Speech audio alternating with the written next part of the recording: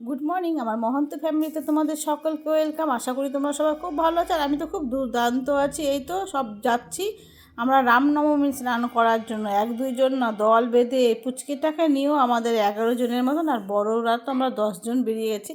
আর এই যে চলে এলাম আমরা, খুব তাড়াতাড়ি চলে এলাম। আর কি ভালো লাগছে আজকে ওয়েদারটা। আজকে কিন্তু খুব একটা চিটপিটে গরম নেই, বেশ ওয়েদারটা খুব সুন্দর।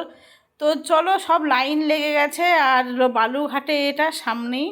তো আমার মা কিন্তু এই প্রথমবার এলো। তো এই দেখো চারিদিকে লোকজন, শুধু এক ঝলক দেখো।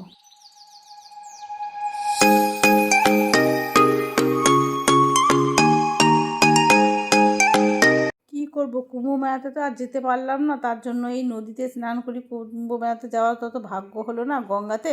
এটা কিন্তু গঙ্গা নয়, এটা নদী।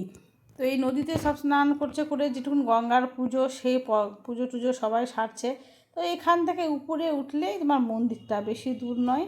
তো এর মধ্যে মাঝে মাঝে আসে, কিন্তু আমার একটু মানত ছিল, মানতের জন্য মানত করতে এসেছি, মানত দিতে না। যদি ভালো হয়তো আসছে বছর আবার ঠিক মানত দিতে আসবো। আর আমার গঙ্গা পুজো হয়ে গেছে, আমার মেয়ে গঙ্গা পুজো করছে।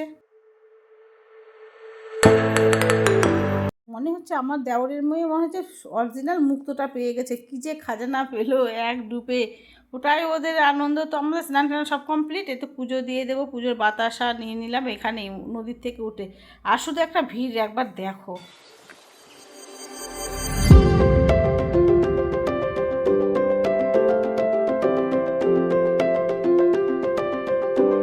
আমরা কিন্তু এই বাসের ফাঁকা দিয়ে প্রসাদ দিয়ে দিচ্ছি, দক্ষিণা সব কিছু দিয়ে ঘুরতে পারলাম না, এতটাই ভিড় হয়ে গেছে। তো বেরিয়ে পড়লাম, আর মা আমরা সবাই মিলে চা খেতে বসলাম।